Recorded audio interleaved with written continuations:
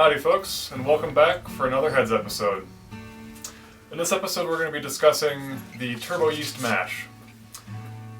While there's a lot of bad rep around turbo yeast, we definitely recommend starting this way for new distillers. It's so easy and it's super cheap, so you can really get the process under your belt with a couple batches without really breaking the bank.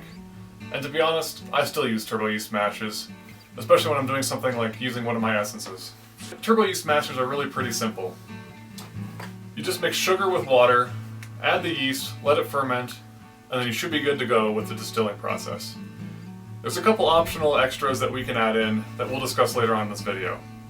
But to begin with, we've just got 3 gallons of warm water and 18 pounds of sugar.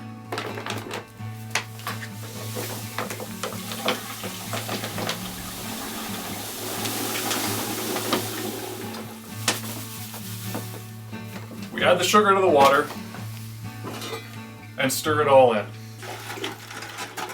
Again, we used warm water just to help the sugar dissolve, and we'll be adding the other 2 gallons of water later on. So now that we've got the sugar mostly dissolved, we're going to add back in our cool water to help cool down the mash. Generally you want to add until there's about 5 or 6 gallons of total liquid.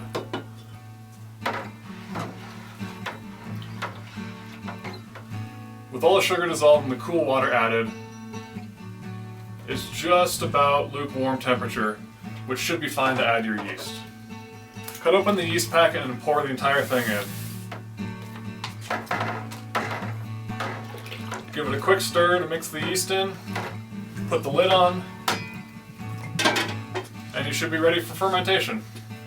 With our 48-hour turbo yeast, it'll generally take about 48 hours to reach 14% alcohol by volume, and 5 days total to reach about 20% alcohol by volume.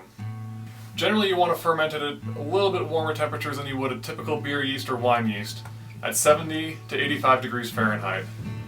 Optimal temperature would be about 77 degrees Fahrenheit. At higher temperatures than 77 degrees Fahrenheit, the yeast are going to produce more byproducts, giving your final distillate a slightly funkier flavor. So as you can see, turbo yeast mashes are very easy and simple to do. They're also very cheap, since a 25-pound bag of sugar at Costco costs about $10, and the bag of yeast costs about $4. As a beginning distiller, this is a very cost-effective way for you to get your feet under you and learn about distilling without breaking the bank. Hopefully you found this informative and good luck to you, and as always, thanks for tuning in.